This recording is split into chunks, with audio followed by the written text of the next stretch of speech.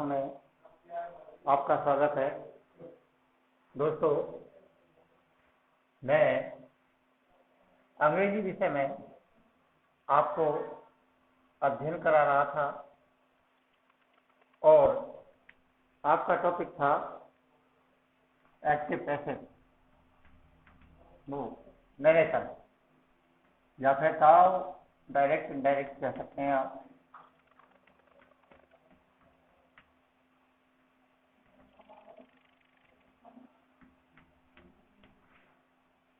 आपने कल तक अध्ययन किया था प्रश्नवाचक वाक्यों का निर्माण करना।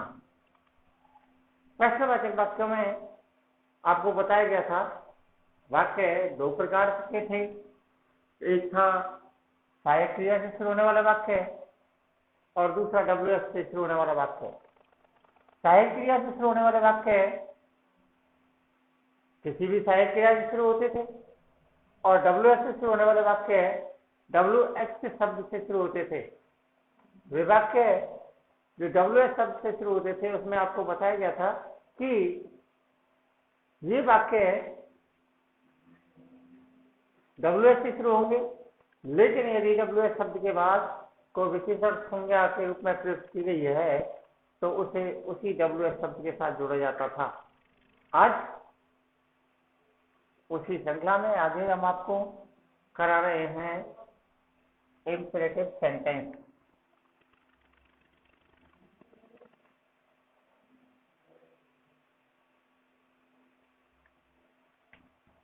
इंपेरेटिव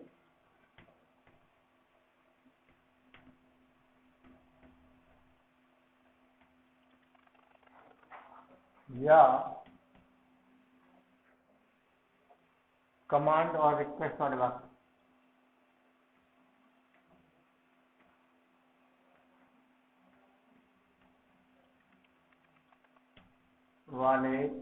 वाक्य। पहचान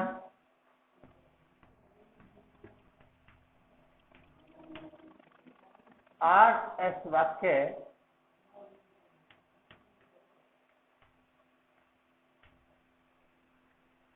वाक्य में ऑर्डर, एडवाइस,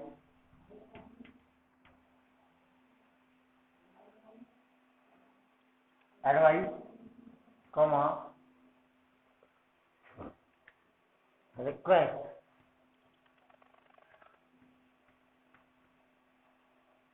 अनुरोध का, रिक्वेस्ट का भाव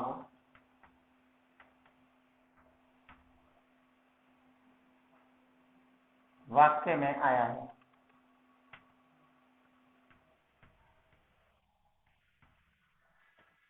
यदि वाक्य में ऑर्डर, एडवाइस या रिक्वेस्ट का भाव प्रकट होता है तो ऐसे वाक्यों को आज्ञार्थक वाक्य कहा जाता है, इंपेरेटिव सेंटेंस कहा जाता है। ये वाक्य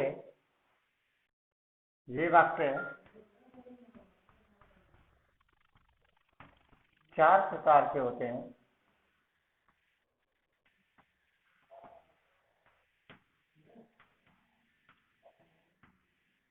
इसे आपको पहले ही बताया जा चुका है। नंबर 1, मुख्य क्रिया से शुरू होने वाले वाक्य।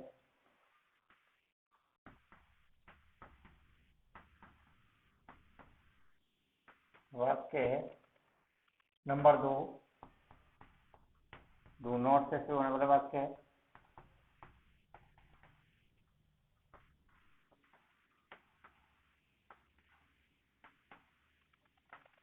नंबर 3,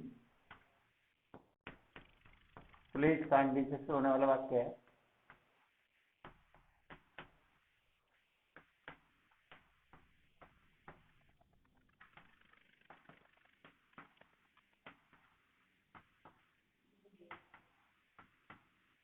नंबर 4, दैट से शुरू होने वाले वाक्य।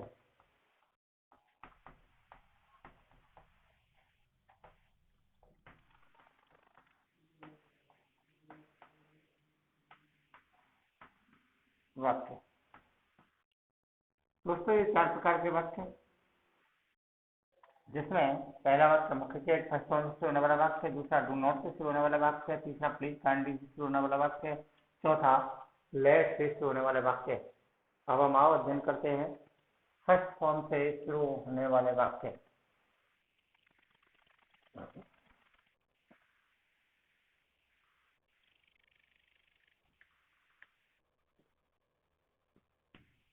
नंबर 1 फर्स्ट फॉर्म से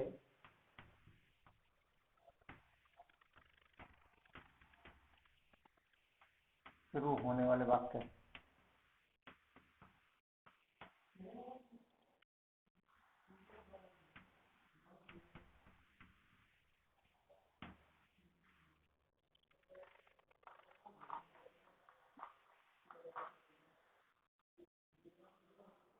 इसका नियम नंबर 1,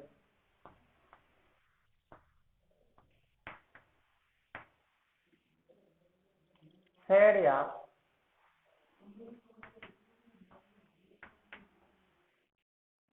सैड टू के स्थान पर सैड या सैड टू के स्थान पर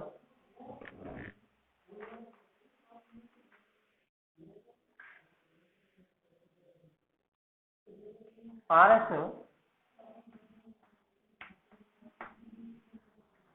सैड या सैड टू के स्थान पर आरएस वाक्य को देखकर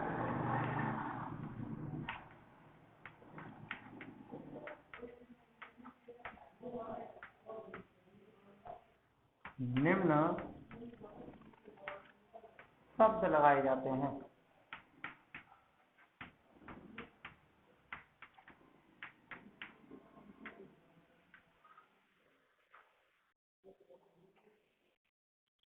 ए नंबर, यदि आर एस वाक्य में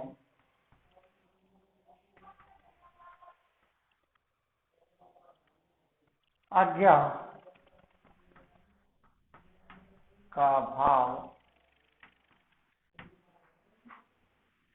प्रकट हुआ है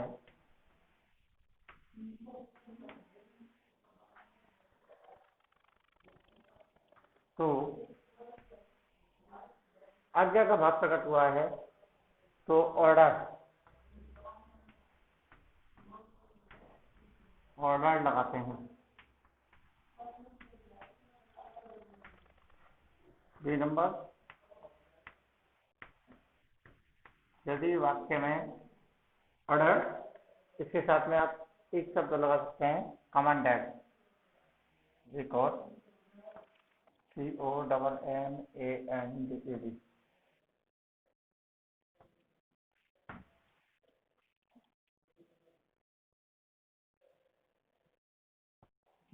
कमांडेड शब्द लगा सकते हैं।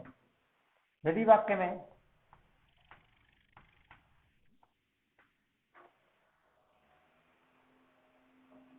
सलाह, एडवाइस का भाव प्रकट हुआ है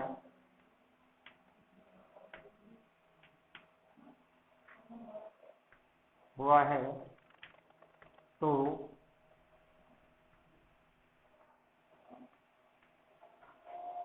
एडवाइस लगाते हैं।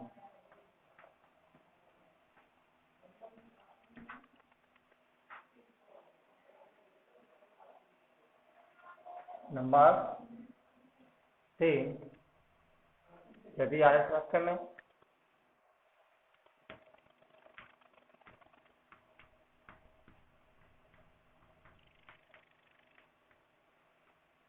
मैं प्रार्थना,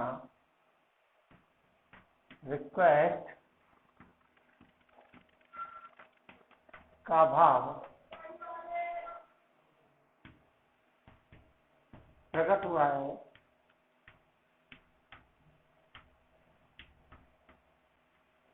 तो रिक्वेस्टेड लगाते हैं।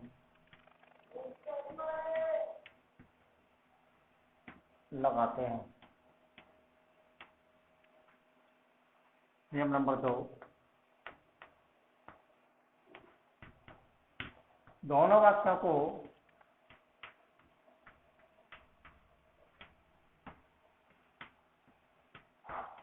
टू लगाकर जोड़ते हैं।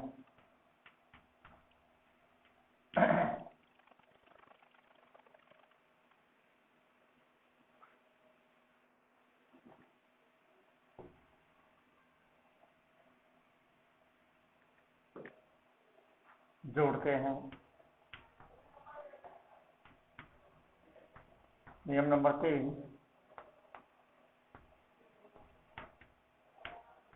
कि सभी परिवर्तन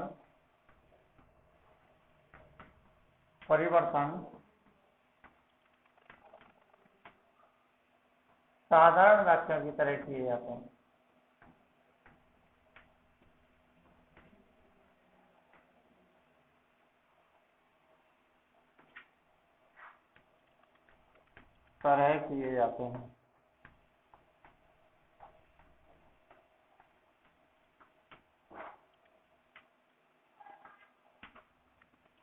वाक्य देखेंगे आप।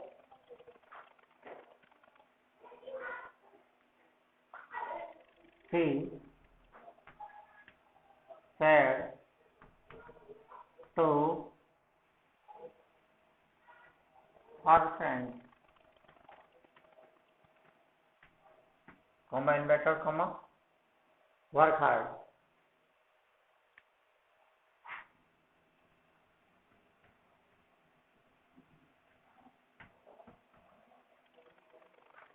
ये आपका आरवी वाक्य है, ये आपका आरएस वाक्य। आरवी वाक्य में एक दोस्त अपने दोस्त से कह रहा है कठोर परिश्रम करो। इसका तात्पर्य ये इस वाक्य में उसे सलाह के रूप में प्रस्तुति दे रहा है। इसलिए वाक्य को जब बनाया जाएगा सेट टू के स्थान पर एडवाइस लगा देंगे। हर फ्रेंड, दोनों वाक्यों को जोड़ने के लिए टू लगा दिया जाएगा।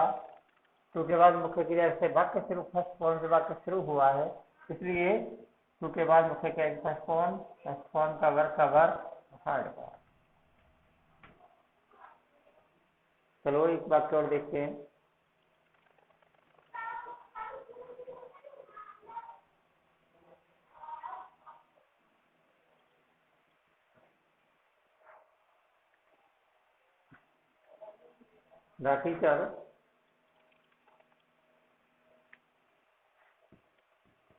The teacher said to us, comma inverted comma, listen to me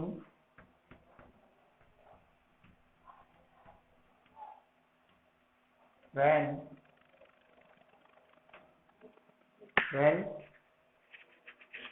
I teach.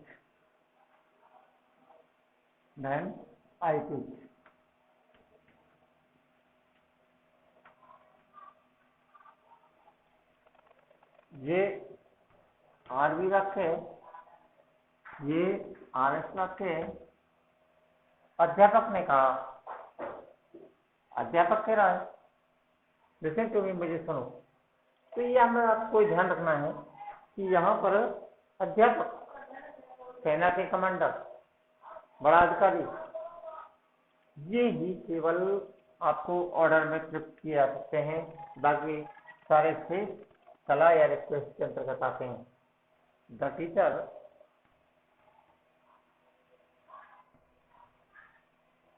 Order और दोनों वाक्यों को जोड़ने के लिए टू, लिसन का लिसन, टू का टू, मी कहने वाले के अनुसार, कहने वाला टीचर, टेंस मानेंगे आई मी,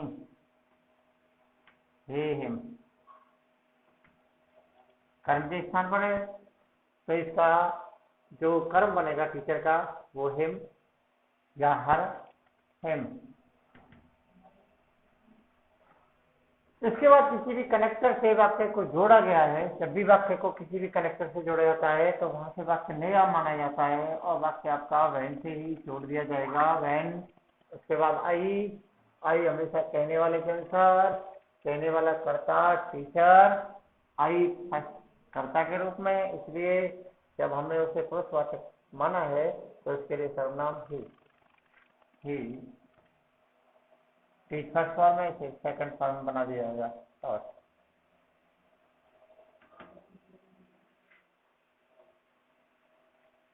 वाक्य देखिएगा एक और, द टीचर सेड,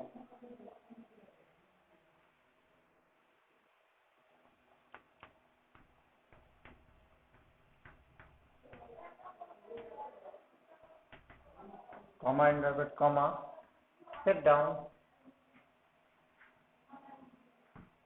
boys। वही आर्य वाक्य, आर्य वाक्य बताया है। तैनात के अधिकारी टीचर, ये हमेशा ऑर्डर देते हैं, द टीचर ऑर्डर। अब यहां पर कल हमने आपको एक बात बताई थी, यदि आर्य वाक्य के शुरू में या अंत में कोई ऐसी संज्ञा जिससे उस आर्य वाक्य पर कोई अधिक प्रभाव नहीं पड़ रहा है और वह कोमा से बाहर है, तो ऐसे वाले सर्वनाम को हम पहले वाले वाक्य का कर्म बना देते हैं। तो इसको हमने कर्म बना दिया, बॉयज, दोनों वाक्यों को जोड़ लिया, तो मुख्य फॉर्म सेट डाउन। समझने का प्रयास कीजिएगा, समझिए, वाक्य को बनाइए। आगे इसी में अब नंबर 2 हम लेते हैं डू नॉट से शुरू होने वाले वाक्य।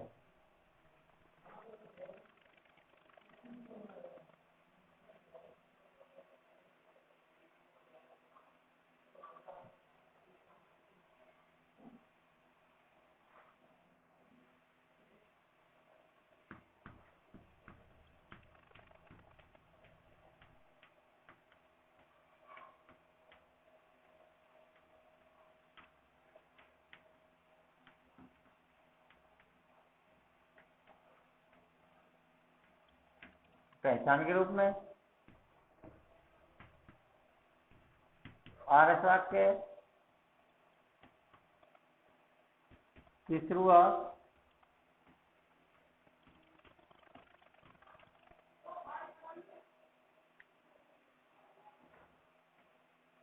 डू नॉट से हुई होगी।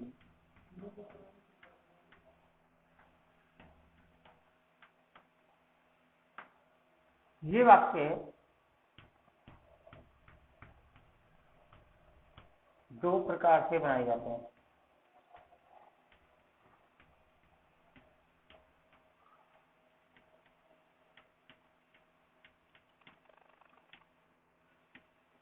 नंबर 1,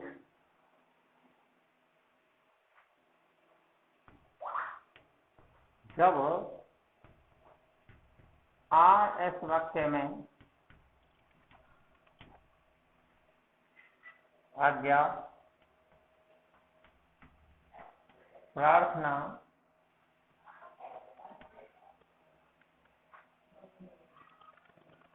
आज्ञा, प्रार्थना, फला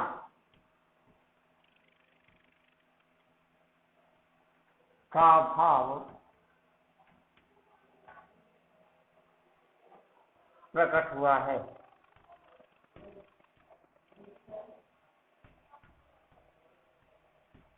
कंडीशन नंबर 1 थी।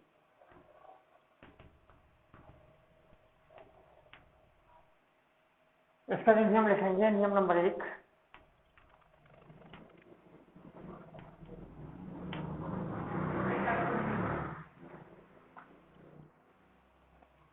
सेड के स्थान पर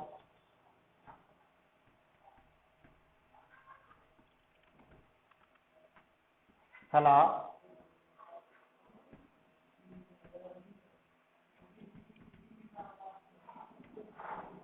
आज्ञा,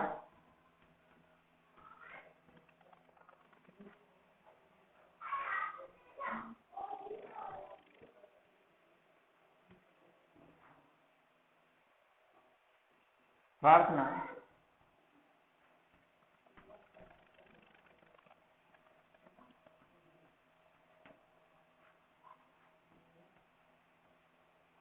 का भाव प्रकट होने पर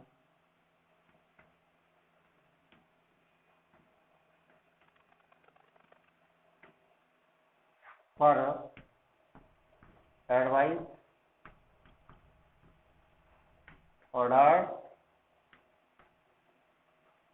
रिक्वेस्टेड में से भाव अनुसार सब। नोट नंबर 2, नियम नंबर 2,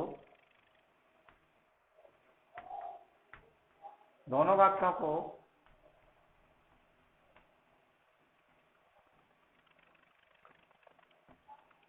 नॉट टू शब्द लगाकर जोड़ते हैं।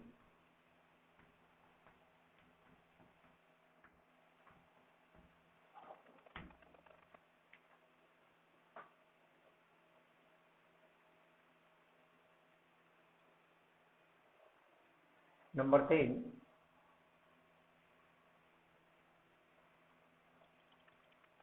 सभी परिवर्तन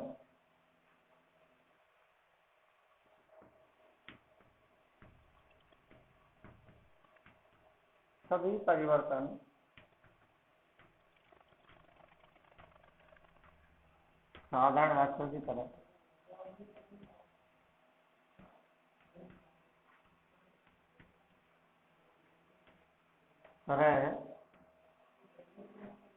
ही किए जाते हैं।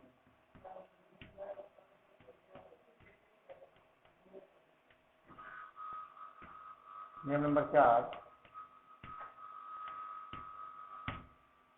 डू को वाक्य में से हटा दिया जाता है।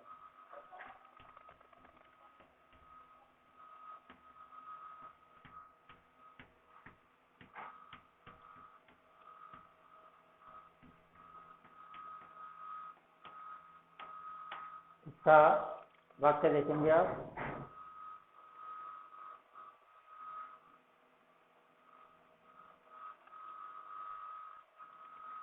माई father said to me,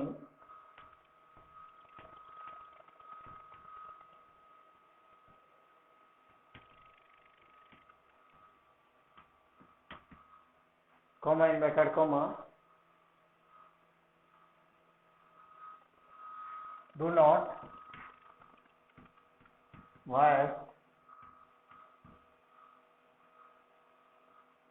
your time।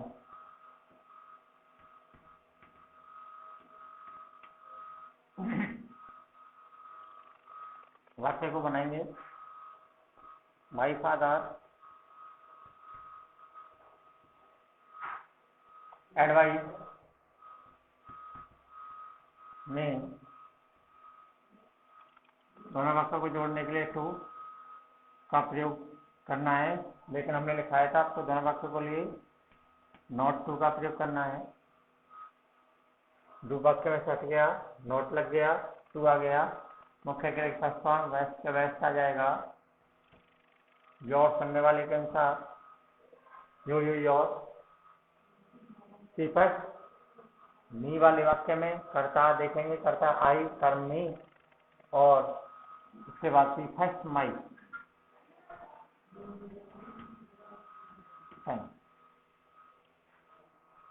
एक वाक्य देखेंगे आप, she said to him,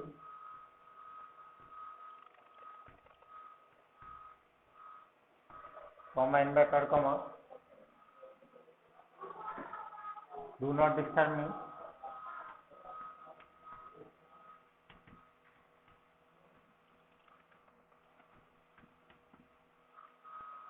she advise him not to disturb me कहने वाले के अनुसार I mean see her। तो दोस्तों ये था कंडीशन नंबर 1। अब इसी का कंडीशन नंबर 2 और देख लेते हैं। कंडीशन नंबर 2,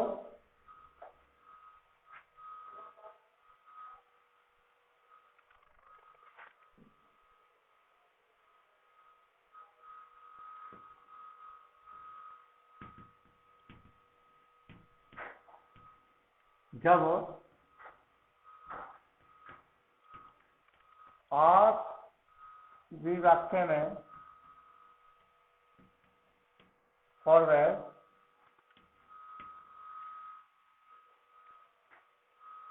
लगाकर वाक्य को बनाना है।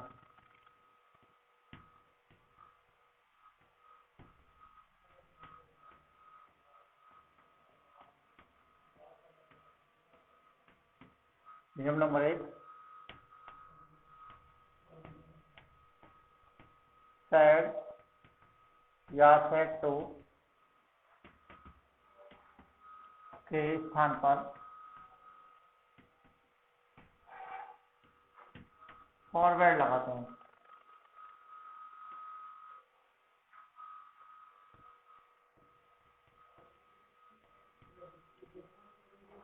नियम नंबर 2, दोनों वाक्यों को जोड़ने के लिए टू लगाते हैं।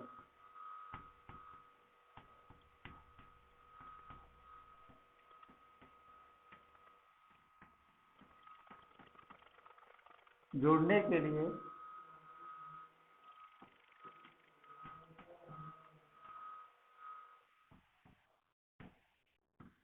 टू लगाते हैं।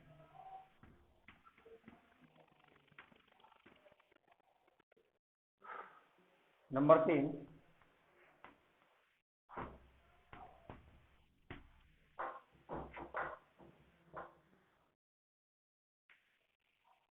डू नॉट को वाक्य में से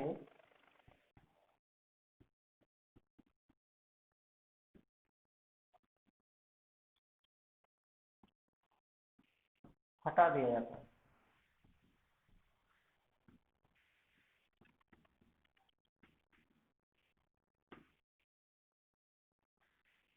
जैसे वाक्य देखेंगे इसका, ठीक परिवर्तन पहले की तरफ किया जाता है।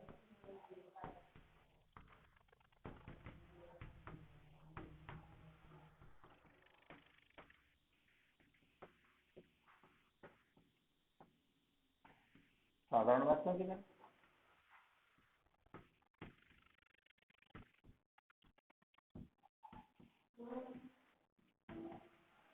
लिखा है ये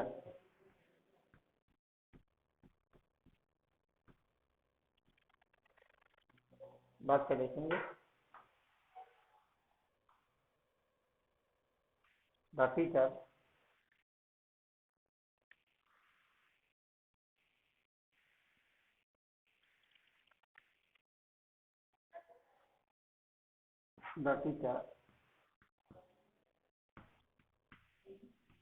said to the boy, comma inverted comma, do not abuse anyone।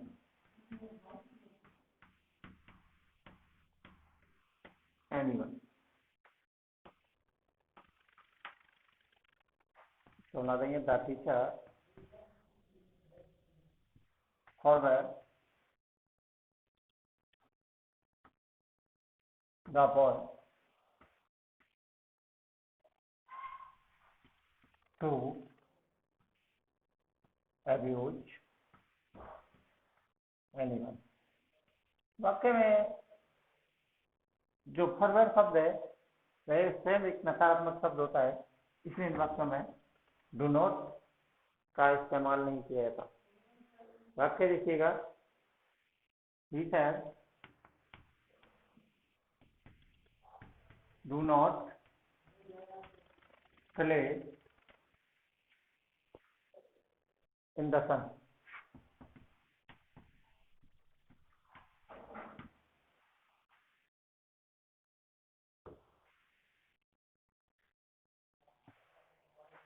C forward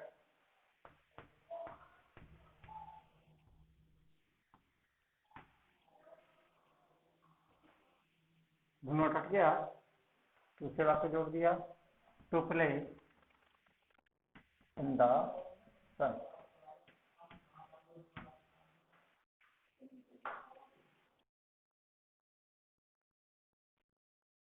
दोस्तों इस समय का फायदा उठाएं, अधिक से अधिक वीडियो के साथ जुड़ें, और यदि कोई बात समझ में नहीं आती है तो उसे कमेंट के द्वारा बताएं। इसी आशा के साथ धन्यवाद।